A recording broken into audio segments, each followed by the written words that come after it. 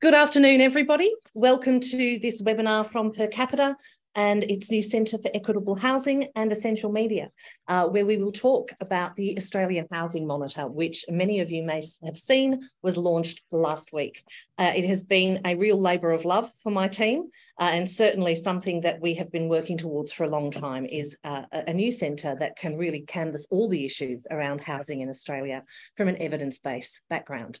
We're really thrilled with the work that Peter Lewis, who joins us today, has done on the survey for us and the Housing Monitor.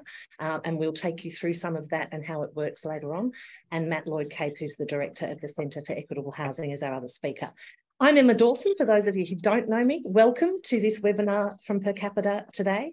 I'd like to start by acknowledging that I'm talking to you from the lands of the Wurundjeri people of the Kulin Nation, sovereign lands which were never ceded, and pay my respects to elders past and present. What we want to do today is really take you through how we came to set up the Centre for Equitable Housing and why, what this first piece of research and the Australian Housing Monitor has found about the widespread concern in the Australian community about housing affordability and accessibility, and then where we want to go to next and how you can all join us on that journey. I will start by saying the webinar is being recorded, so please be aware of that. If you have any questions or comments, please post the questions in the Q&A section at the bottom of your screen. And once Matt and Peter have had a chat to you, I'll do my best to get as many questions answered as I possibly can. But without further ado, I'm going to hand over and introduce my very talented colleague, Matt Lloyd-Cape, who is the Director of the Centre for Equitable Housing here at Per Capita. Matt, over to you. Thanks, Emma. So thanks everyone for joining us today to talk about the new centre, the Centre for Equitable Housing, and our first major piece of research, which is the Australian Housing Monitor. Today, I'm speaking to you from the lands of the Wurundjeri people of the Kulin Nation. When we speak about housing and land, it's critical to acknowledge the deep and long-lasting effects that colonialism has had on Aboriginal and Torres Strait Islander people's access to land and country. Just as one example, only around 30% of Indigenous Australians own their own home, which is less than half of average ownership rates. So the majority of Indigenous Australians are renters in the lands that their ancestors have lived in for 60,000 years. So as Emma said, I'm Matt Lloyd-Cape, the new Director of the Centre for Equitable Housing. I've been at Per Capita for around 3 years now, working on a range of policy issues, but nothing has really grabbed me in the same way that housing has, in the sense that one policy area can have so much impact on individual, social and economic outcomes. So I'm really thrilled to be focusing down just on housing. So I'm seeing we're getting some issues with sound. Can everyone hear me all right? If you're having troubles hearing me, just ping it into the chat. All right, I think I'll just carry on for now. So my background is in policy and research and project management in the trade union movement, the international development NGO sector, and with universities. So the centre that we established, we had some conversations with an organisation called the VNF Housing Enterprise Foundation. I'll just share my screen and I can show you some things. Okay.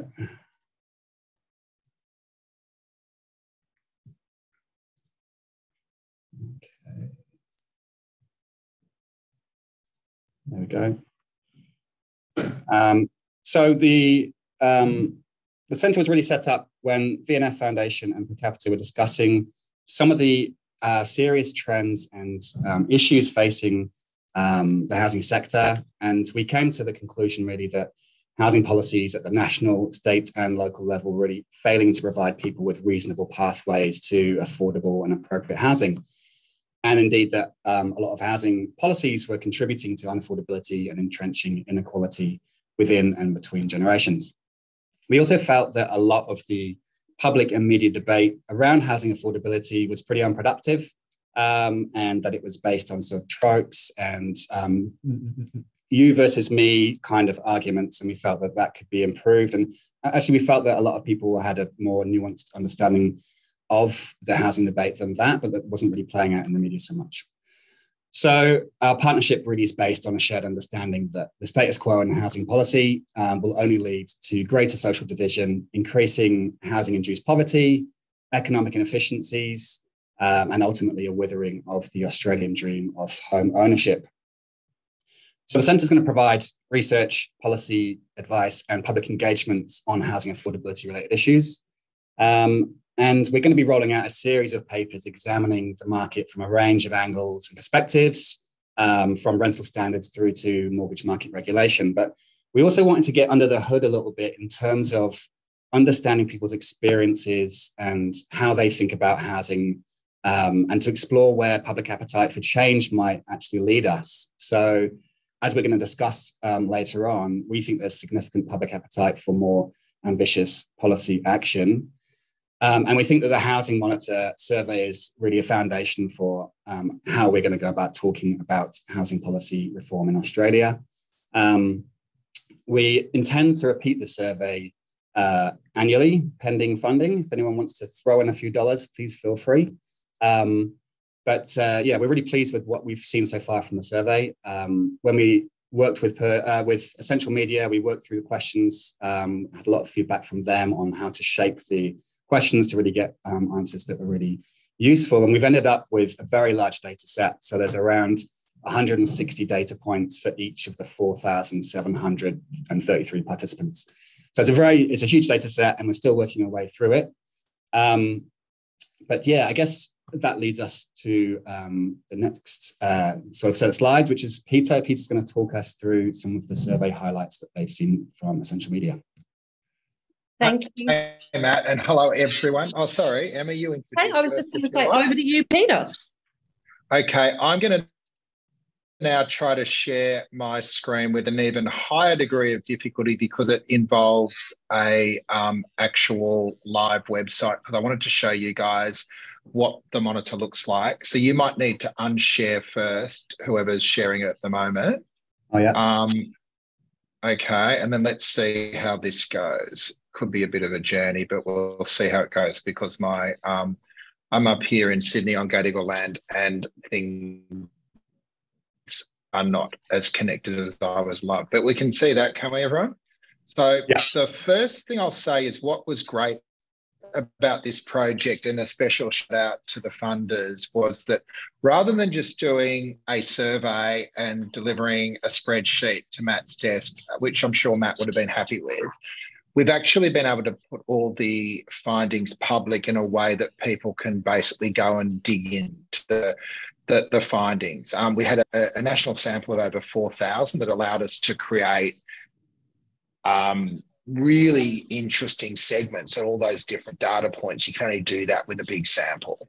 But it also allowed us to dig in really deeply. And I'm just scrolling down to sort of the research session to give you a bit of an idea of how we can play with this. And now we'll probably find the web being really slow.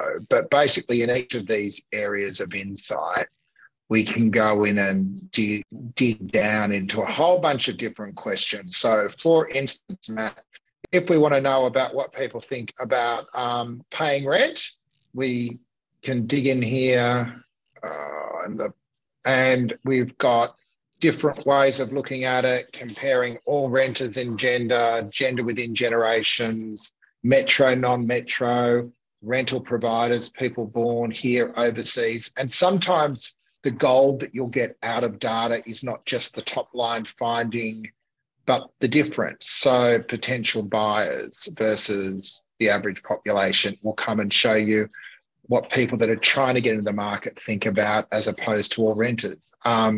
And as you can see, there is different experiences, quite significant experiences, particularly with those people saying keeping up with difficulty. All renters, it's 36%. People who are expecting and wanting to own a home, the difficulty goes up to 54% because they've got the double whammy of getting through the next cycle and wanting to save for a deposit. And then the experience, and then you sort of drill down again, but then you get to the bottom line, which is I don't want to own my own home, and people have effectively it's just too far outside their perception of where they can send their money. So I don't know, you've been playing around with a lot of this. Are there any of the others that we should show people here, Matt, as an example of how you can play around? I think There's really interest. So the support for policy changes is interesting, isn't it? So a whole bunch of different questions that we can cross tab. I think, one of the really interesting areas is the different experience of 40 plus women who are a real cohort in people that do struggle in the market. And again, it's not as fast as I like, but at some point, if we filibuster, the results of that will come up as well. And I guess what we're hoping is that this is useful, for people who want to write angry letters to the Age, and it gives you an evidence base to engage in the public debate, but also for academics, for students, for policymakers, it just becomes the central evidence base, which is a starting point. Because I think one of the things I've observed working in this field with groups like community housing, like ACOS, like Brotherhood of St. Lawrence, and like Per Capita, is that often the conversations occur across each other and there's no central point of understanding about what the problem is we're all trying to solve. And I think what's interesting in going through this process is that we get really granular information to start the conversation. I don't think it doesn't win any debate, but it's the first point off into talking about these things. Exactly, yeah. I think you can also sort of follow lines of investigation and track them back to sources, right? So we found women tended to be much more positive about larger changes in policy. And we were sort of exploring why that might be. And part of the reason is women experience much worse housing outcomes in the first place. So in terms of mortgage stress, it's something like 26% of women with a mortgage report some sort of level of mortgage stress compared to 18% of men.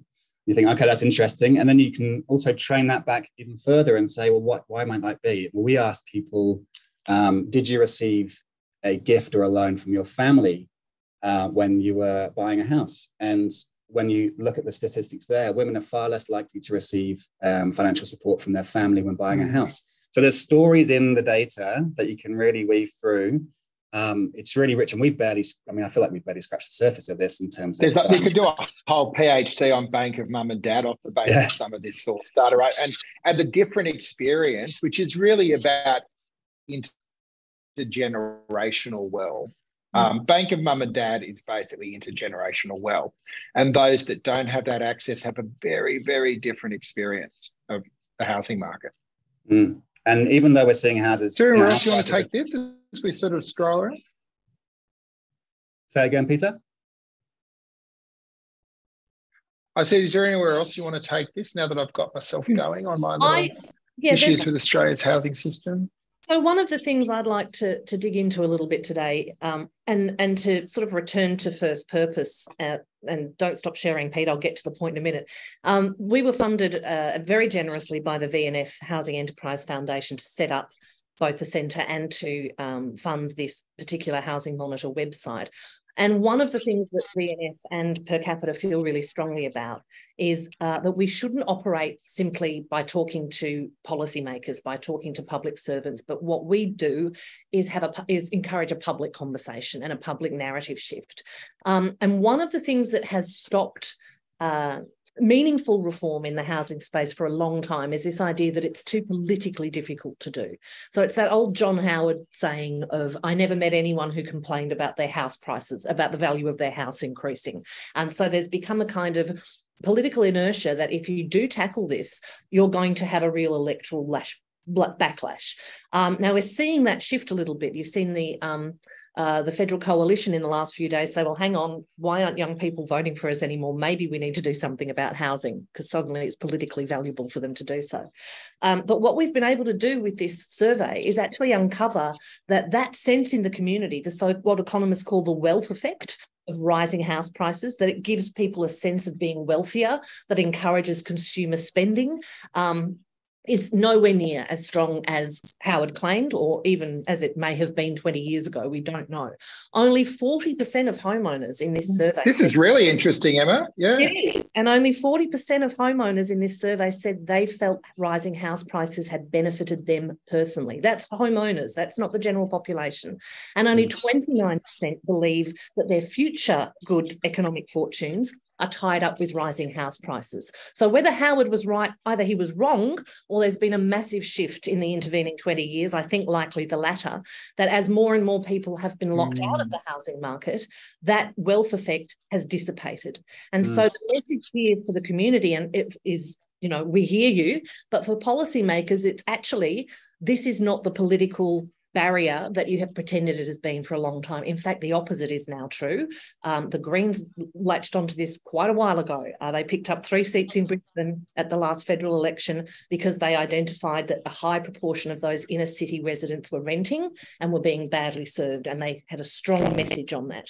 The Liberal Party and National Party coalition is now saying, well, hang on, we're losing inner city seats to the same demographic. Maybe we need to rethink our absolute hostility towards creating a more equitable housing market, which is certainly something that has characterised their party political brand for a long time.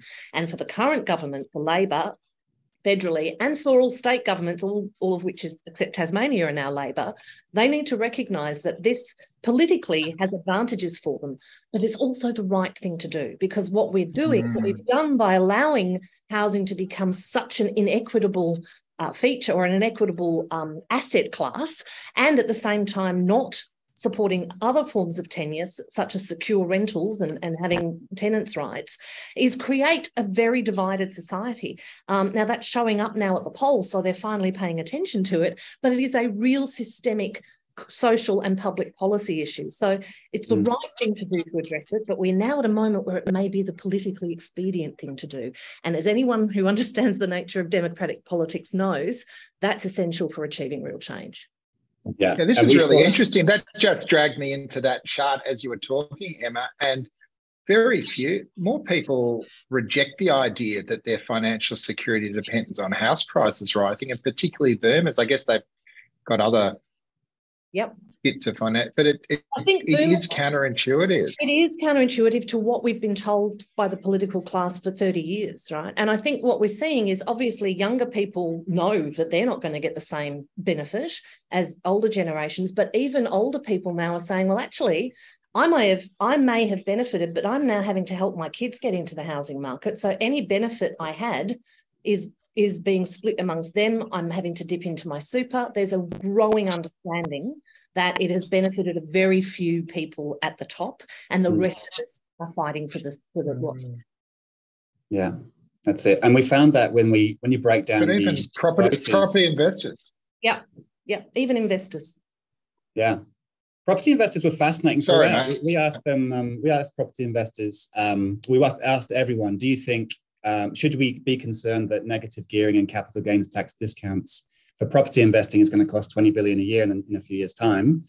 And people with one investment property were more likely to see that as a problem than not. You know, I think there's a whole swathe of people with one investment property who they're much more aligned to the general population around what we need to do in terms of re-regulating property investment.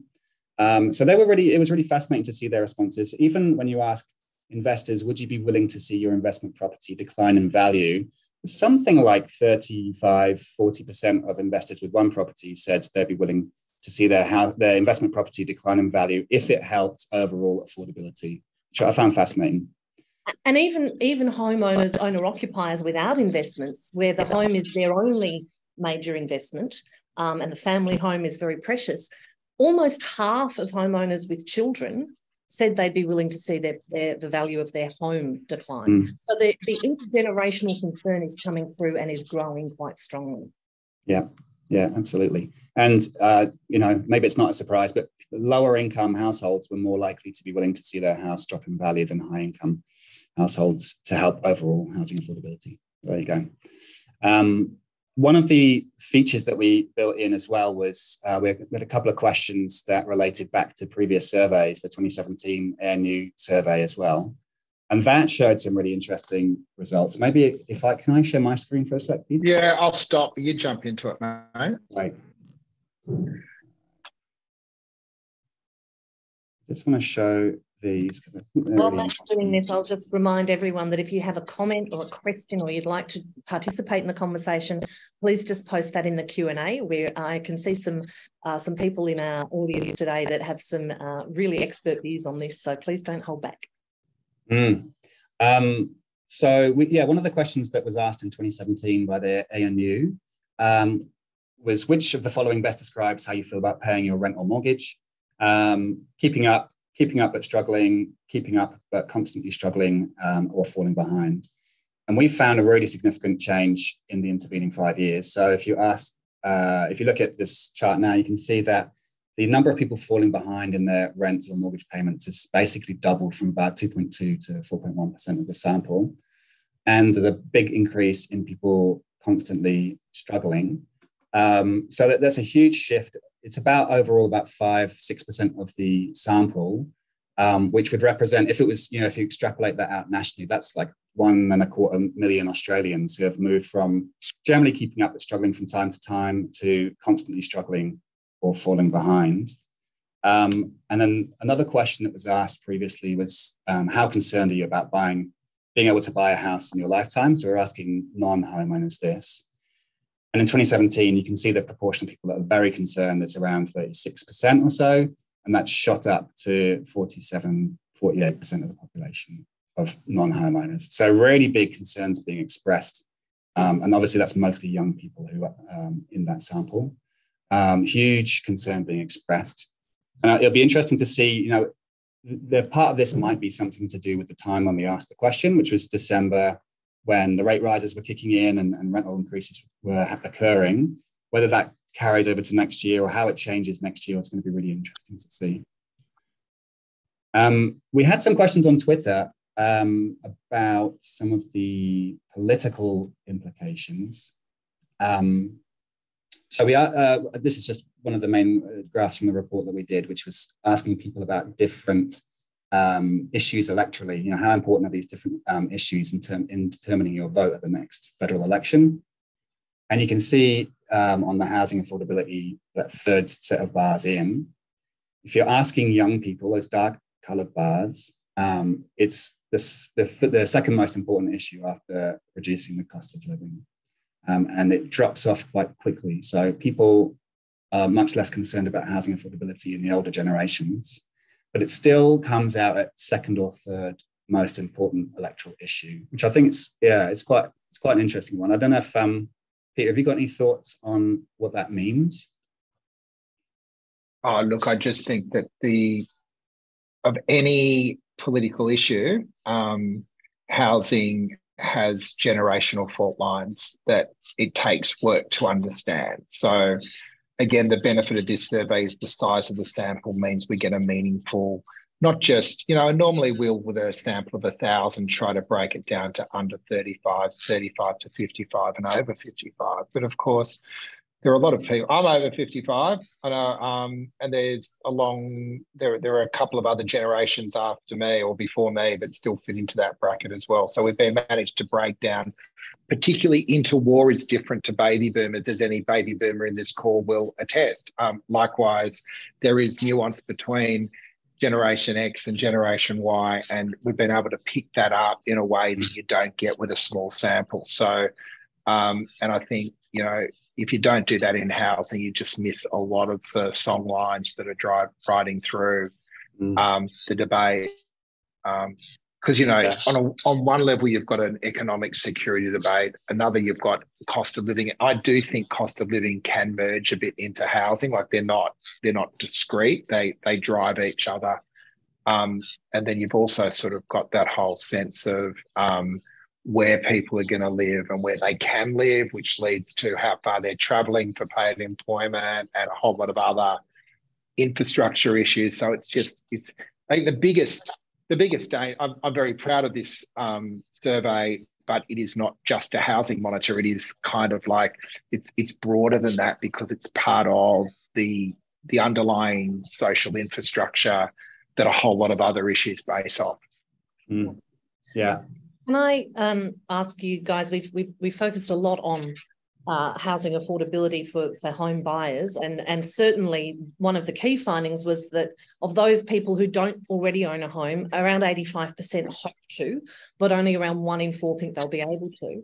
But that's 85%. So that's 15% who don't ever want to buy a home. We didn't just look at buying homes. We also looked at issues for renters in this survey. Matt, do you want to take us through a few of the issues for renters? because, of course, one of the issues that's been raised by Lauren in the chat is it's not just about being able to buy a home. That is such an important part of the Australian thinking about housing, because we've been conditioned to believe that's the only way of attaining housing security, which isn't the case in a lot of comparable countries. More to the point, for certain demographic groups, particularly First Nations Australians, people with disabilities, single parents, they're going to be rented. Their experience now is that they will be renting for life, no matter what we do to fix the housing market. So can you take us through some of the findings for renters and housing security? Yeah, I'm just trying to think if I've got any slides on that. Otherwise, go back to the live deck and I'll do some investigations. So we asked people about the quality of their housing experience. So that included how close are you to your friends and family, how close are you to your job, does your house have mold, all these kind of questions. And we found, generally speaking, I was quite surprised. People were relatively happy with their private rental accommodation overall. In the lower end of the segment, there's a bunch of low-income people who are experiencing bad housing outcomes. Like, I believe it's 12% of people had a mold in their house, mold or damp. And we also had a lot of issues for people in social housing across the board, but in terms of being close to employment. So people in social housing were really disadvantaged when it came to actually being able to find a place to live that was close to a job that they could get. And obviously that's a perpetuating circle, right? The more difficult it is for you to get a job, the more likely you are to stay in public housing. So there's a lot of issues in that came up. We also asked about what people think about rental laws in their state. And generally speaking, people tended to think that the current set of laws favors landlords. And, it's not surprising. In Victoria, we've had some rental reforms last year or the year before. And some of the new regulations were things like having a flushing toilet is now a legal requirement in a rental accommodation, and having a locking door. But that's in 2020, that we're regulating a flushing toilet in a rental property in 2020. It seems really out of step with comparable countries, in Germany, in the Netherlands, even in the UK, the rental standards are much higher. And your security. Look at these numbers on that with the 18 to 34 renters. That proposition, it's over 50% believe that it's weighted in favour of landlords, which is significantly more than the average. The other interesting renting one is that kind of aspiration, to Emma's point, would people be happy to rent long term if they could treat the property as their home? Which is, look at that with female renters. Yeah. It's huge. 75%. Yeah.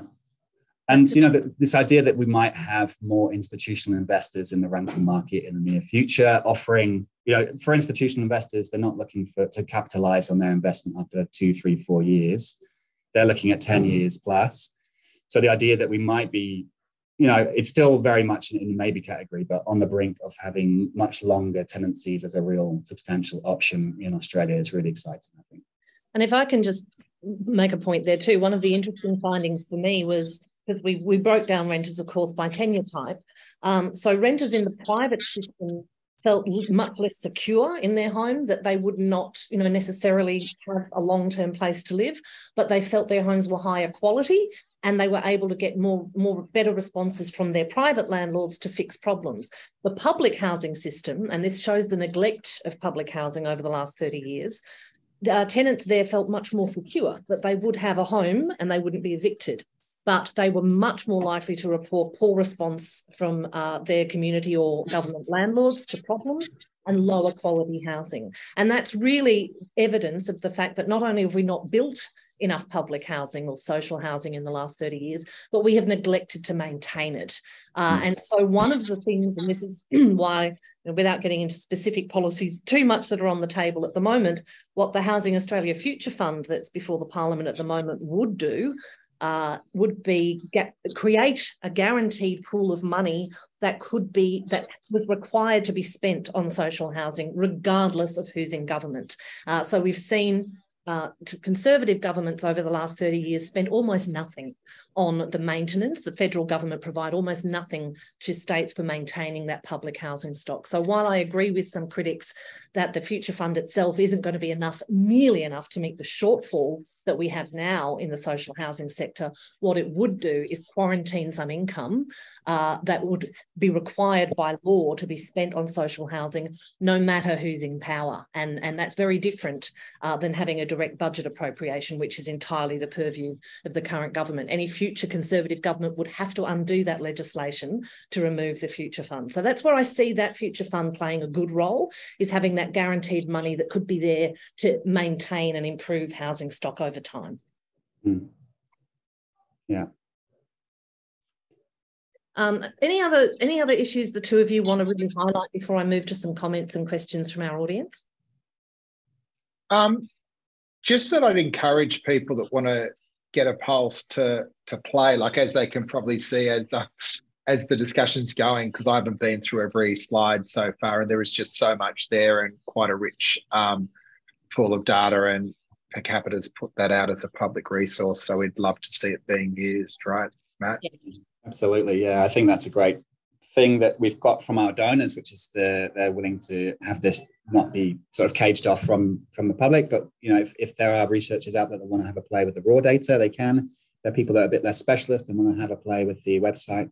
That's also an option. So really, we hope this will really generate as much conversation as possible. And it's so rich that we alone won't be able to get through all of the data by ourselves, I don't think. And it is a very rich source of data. And as I said at the outset, this is the first report that we've published off the Housing Monitor. The Centre will be publishing a series of policy papers and interventions over coming years. And this data will be, I think, a really great source for us to compare. Well, we've got this idea. Does it mesh with what the community feels, and how does that messaging work? But as with everything Per Capita does, it's open source and freely available for people to use. And we really thank the VNF Housing Enterprise Foundation for providing sufficient funds for Peter and his team to create the website. I'm going to move to some comments and questions. Sorry, one quick comment, Emma. Yeah. Just to pip our Data Resource Centre, within Per Capita more broadly, we're going to be publishing all of our data soon online. But anything we use in the report will soon be freely available to use and analyse and interrogate as much as anyone wants to do so. I'm not sure exactly when it will be, but in the next 6 months, we'll have all of our data from all of our reports up for analysis. Yeah, thank you. A couple of great points being made by Lauren and Travis in the chat, which I'll just summarise because they're not questions so much, but I think really important points about the role of public housing in our housing market. Lauren says, why don't we maintain it? Is it because we see it as a stopgap on the road to people owning their own home? And I'd say, yes, absolutely. What we have allowed to occur over the last 30 to 40 years is the situation where public and social housing is seen as the absolute last resort, that it's a safety net measure for those at the very bottom of the income pile, and that there's a stigma attached to it. And of course, for other comparably wealthy countries, that's not the case. We know, and our research last year that Matt and I did on the state of the housing market found that Australia is now quite a low, we have quite a low level of home ownership, and certainly of outright home ownership compared to OECD nations. We're slightly behind the UK on owned outright, and we're slightly behind the US now on owned with a mortgage. The countries other than the US and the UK that have lower rates of home ownership have very strong social housing systems that aren't just seen as for those people on income support, which is what we're getting to in this country. They are seen as a way of providing secure housing and tenancy for people to build a life on. And I myself would not be sitting here today if my grandmother and my parents, both my grandparents and my parents, benefited from the social housing policies in post-World War II England and were able to move from really hard scrabble working class to the point where my parents were able to, they couldn't finish high school, but they were able to do longer education, living in those council homes and really move into a much more stable way of life. So that attitude towards public housing and it being so residualised is something I think we really need to tackle as well. Yeah, absolutely. Okay, there's a few questions that I'm going to get to. So I'll start with Tony Dalton, and this is a complex one for both of you, so please listen. Tony says, to what extent does the survey design enable us to develop a spatial perspective? There are two possible dimensions. One is how the views of respondents are shaped by where they live, And the second is what respondents think about their housing and their aspirations in relation to locations in cities and regions. So that kind of data there would help us come into grips with the inner, middle, fringe suburbs, peri-urban issues around housing. We do have that kind of demographic detail to some extent, don't we? Yeah, so what we've done in this so far is just do we've done metro and non-metro, and you can do those by states on the website. What we've done in the past, what Emma and I've done on other projects, is have a degree of rurality that you can assess by. The problem is once you start slicing up the data too fine, if you want to find out about only renters under 30 in remote Australia, you get the sample size shrinks down quite quickly. So I've spoken to one of our data scientists about slicing up the data so that we have like a degree of rurality for the respondents, so that we can sort of cram all those people that are peri-urban in Sydney, those people that are peri-urban in Melbourne, and so on, all together, and get a decent sample size to see how they're affected. Obviously, we can also talk to the states having differences. For example, people in Perth responded much more. They were reporting a lot more financial stress around housing than in eastern states, which was interesting to note. And people in New South Wales more conservative on wanting public housing is another example. So there is, we can go state by state, we can go urban and rural, and in the future, or if you're able to do it yourself with the raw data, build a level of complexity into that rurality, or whatever you want to describe it as. Want to add anything to that, Peter? No? No, I think Matt's explained it better than I could. No worries. Okay, so the next question comes, and please, anyone post comments, questions, we're very keen to have you participate in the conversation. This is a great point from Adrian. I'm going to let the two of you have first go at it, but I want to say something too. When you listen to people like Ken Henry, tax guru, tax reform, which Adrian accepts is a longer-term project, it's much more than capital gains tax and negative gearing. Have we considered the broader tax reform context in considering the timing and structure of any future housing reforms? The short answer is yes, but let's, Matt, do you want to respond to that one first? Peter, you go. Okay, I'll go. Yeah. Well, he knows when I'm on a bandwagon. The short answer is yes. We've timed this very deliberately for this stage in the electoral cycle.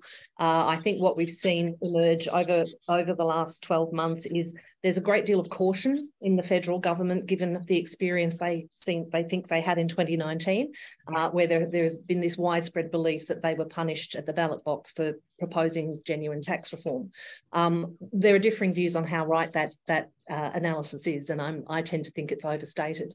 But we have thought really carefully about when to get this out. And the reason we've started with a survey of community attitudes is precisely that point.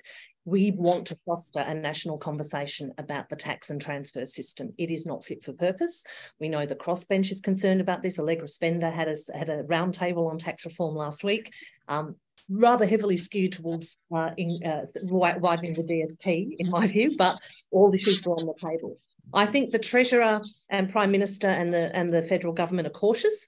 They don't want to be seen to be breaking promises or to be going further than their so-called mandate, but they were elected to govern, and that is the only mandate they need.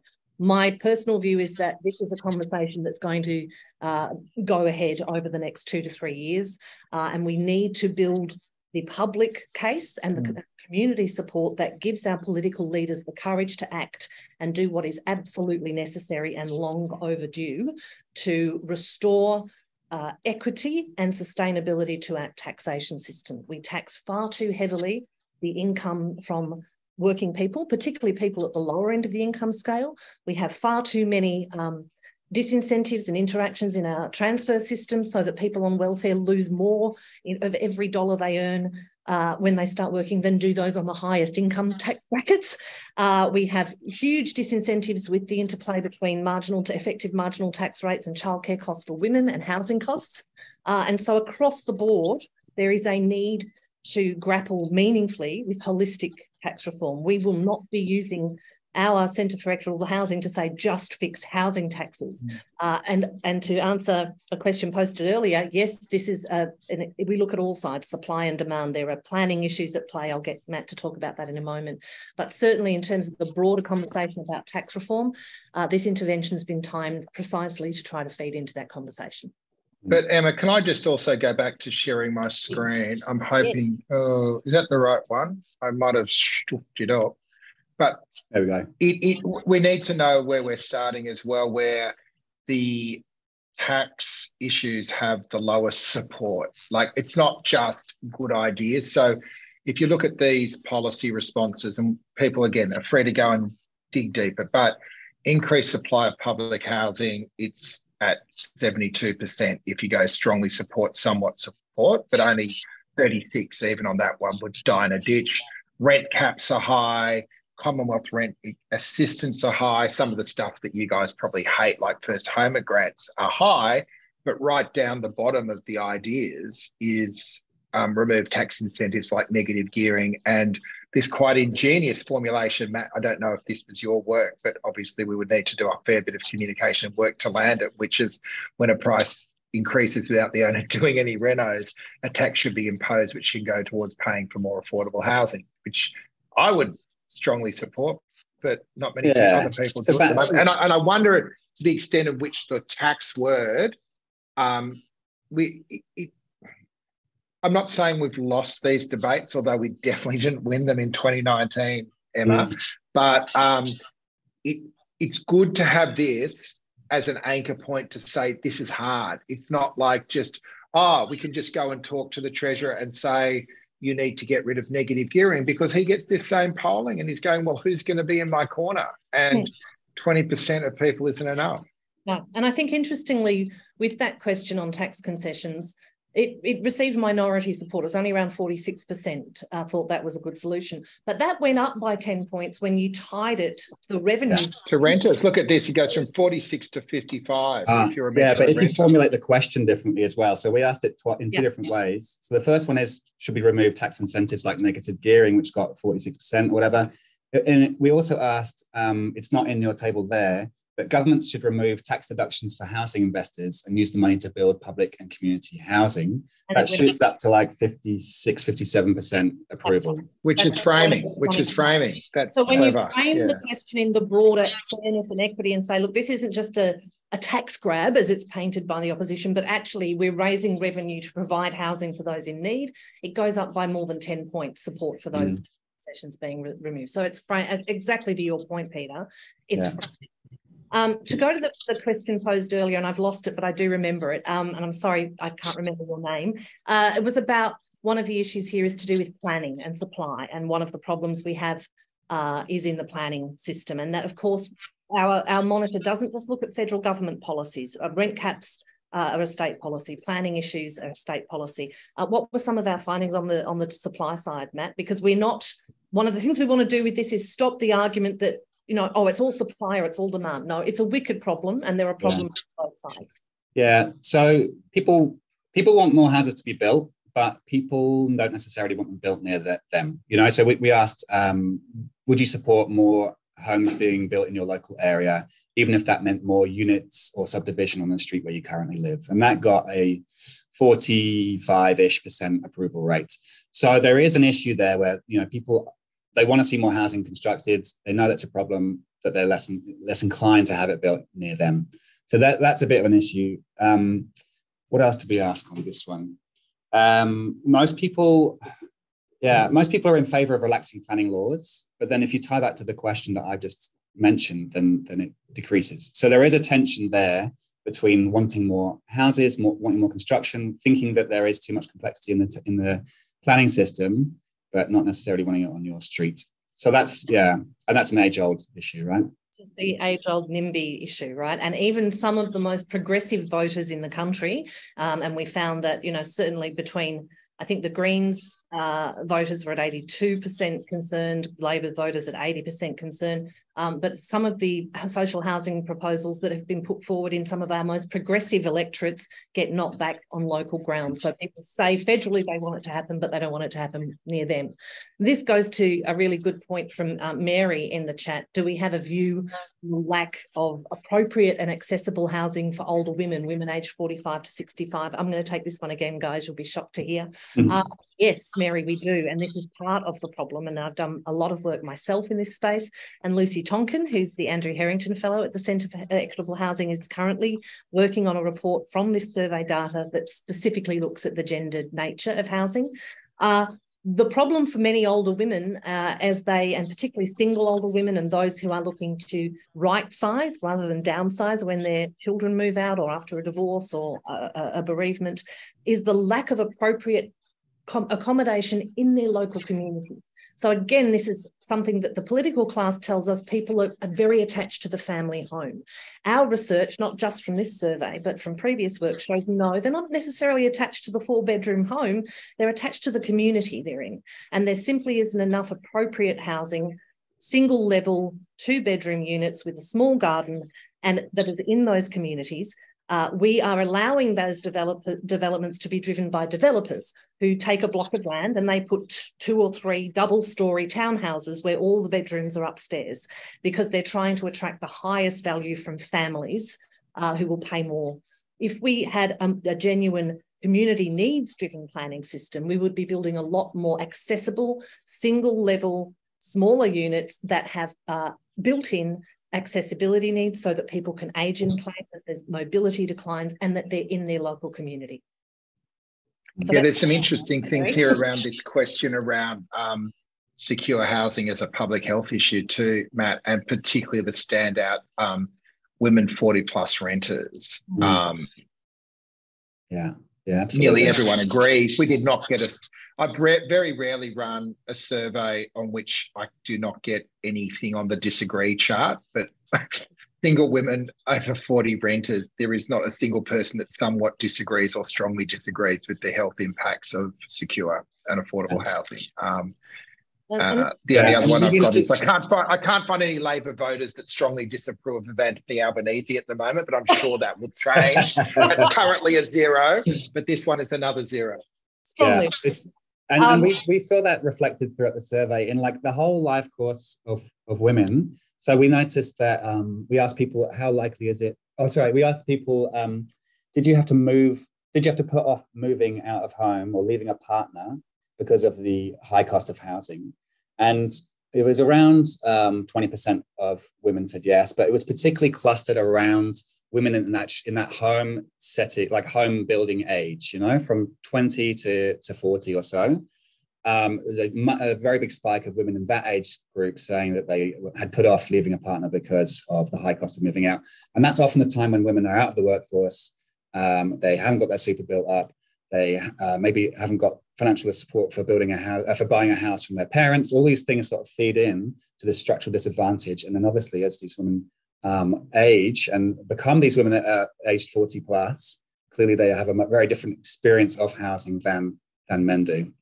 Absolutely. And it's like all, and that's primarily because we have allowed housing to become a wealth vehicle, an investment vehicle. And as with all policy issues that promote wealth, women are badly served compared to men in our economy. That's from superannuation through housing, through employment, right across the board. So don't get me started on that.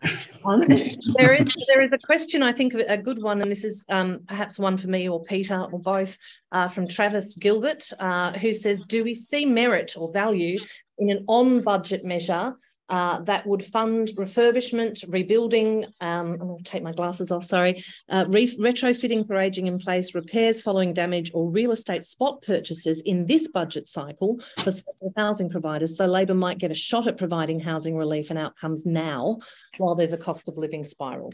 There's a really interesting policy proposal in the UK called the right to sell. So the right to buy was this Thatcherite era when people in council houses had the right to buy their council house from the government for a discounted rate. The right to sell idea is that the government should be acting counter-cyclically in that if someone is about to get kicked out of their home because they can't afford to make mortgage repayments, that the government should come in as buyer of last resort, buy that house and operate it as public housing and rent it back to the incumbent, the person living there at present. It's a really interesting, novel idea and a way of A, increasing housing stock, and B, reducing the worst effects of people losing their homes during a housing downturn like this.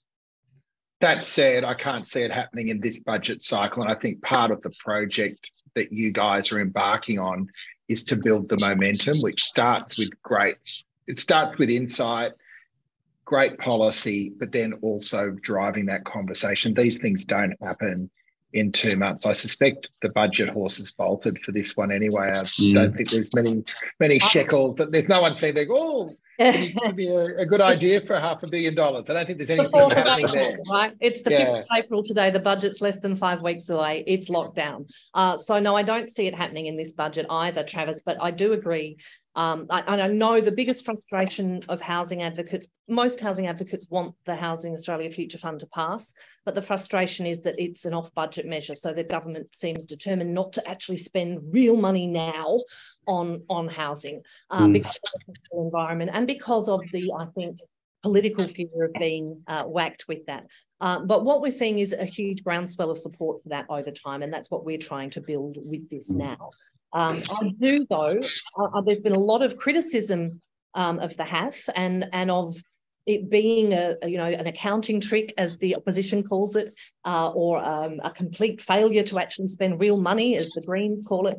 But as I said earlier, I do think there's merit in creating that fund because it will quarantine funds that would have to to change that in the future would have to receive parliamentary support, not just a government decision.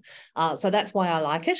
But no, it's not nearly enough. And we do need right now to, if we were in a situation where there was more or less enough social housing, a bit of a shortfall, and the quality wasn't quite there, then the HAF might be enough, right, to maintain that.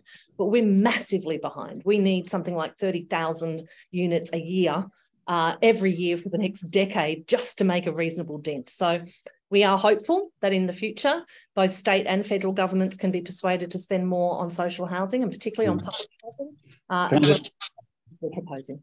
Sorry, I was going to say, just to put it in perspective, between 1945 and 1990, the government built around 15% of all the houses built at any one time. So the government was a huge home builder, responsible for 15% of the market, something like that. And now we're at public housing construction's about 1.5% of current construction rates. So we've slashed our capacity to build. We've also slashed our public understanding that the government can be a really active participant in the housing market. And that period, the 40s, 50s, 60s, 70s, that's when we saw the home ownership rates massively increase, all the way up to 74% or whatever it was in the 70s. When we liberalised the mortgage market and when we made some other changes, and housing ownership rates started to decline. But it is quite hopeful. I think from what we found in the survey, we asked obviously Labour voters, Liberal voters, all the same questions. We also asked people that were likely to change their vote at the next federal election what they thought. And so for the average Liberal voter, housing affordability, around 55% of them said that housing was a high priority for them. But people who used to vote Liberal but were likely to change at the next election, that number jumps to over 80%. So there's this huge, we don't know how big it is in terms of a national representativity, but there's a big chunk of people in the Liberal Party and in the Labour Party who are saying, I'm likely to change from the major parties, and housing is extremely important to me. So hopefully that boots it up the agenda. Yeah, they're swing voters, people. They're the ones who decide elections, and they're often the ones who decide policies too. We haven't got much more time. I'm going to start wrapping things up. I'd just like that Travis has to know that Travis clarified he didn't mean in this budget, he meant over the forward estimates. That's our hope, Travis. There are a couple more budgets to come, but there's also an election due in 2025. And as I said at the outset, what we are trying to do, what VNF are trying to do, what Peter's trying to do, is to shift the public conversation, to push back at some of those myths that no one wants house prices to to come down or even to stabilise, that there isn't widespread support for spending on public housing, that there isn't widespread support for more different types of tenure models, that there aren't renters who would be happy to rent if they could treat their house as a home. These are myths that have become shibboleths in our political debate. They've become taken for granted and repeated as though they are fact. And what this survey is doing is starting to make a few cracks in those beliefs, where the light can get in and where we can expand the conversation, so that over time we hope, not just on housing, on per capita more broadly. This is one of our centres. We're doing the same sort of work on industrial policy, on the foundational economy, on tax reform, and on democratic participation too, because our theory of change, being a think tank, is that the politicians move when the people want them to. And what we've had for too long is these conversations have been dominated by vested interests. They've been dominated by developers and by their lobbyists and by people who are already very wealthy and have a lot of investment properties, and by the self-managed super fund industries and all those people that have benefited from the financialisation of housing. What we're seeing is that in the general population, yes, it's starting to show up at the ballot box now, so they're taking attention there. But we've now got the data to back up that sense that they get that all this is becoming a problem. It's been a problem for a long time. And just to quickly answer, I think, Martin, sorry, we didn't get to your question about breaking down where NIMBYism occurs. We haven't done that yet, but we certainly have the capacity to do that with the data that we have, and that's something that we'll be looking at in future reports. So please join me in thanking Matt, who's done an incredible job with this huge survey. And I literally said to him, here you go, and then went off on leave and didn't come back for a long time, and he's sorted it all out and has done a great job. We're very lucky to have him and Lucy working in the centre here, and to Peter and his team, particularly Vanessa, who really pulled together, and Ariana, who pulled together an incredible website that is, we hope, going to be a really useful tool, not just for policymakers, but for members of the public, for journalists, that can really inform the conversation. We will be using this data repeatedly in a series of policy interventions and papers over coming months. We intend to hold a summit later this year with some experts, but also the voices that we're getting from the community. As I said, and as Matt has said, VNF Housing Enterprise Foundation were the core funders for the centre. We are seeking other philanthropic partners. We are going to do specific pieces of work focused on women's housing, older women's housing, first home buyers, renters, people fleeing domestic and family violence, people with disabilities, First Nations housing issues. So this is not a centre that's popped up for 6 months between elections. We hope to make a long-term contribution to the debate. Thank you all for joining us today. This webinar will be posted on all Per Capita sites, freely available. If you have any questions or any information you think we should be looking at, you can reach us at info@percapita.org.au or via our website. Thank you so much for joining us, and let's get to a place where Australia has a housing system that provides people with a home, not just with shelter and not just with money or wealth, but with a home for everyone in the country. Thanks so much.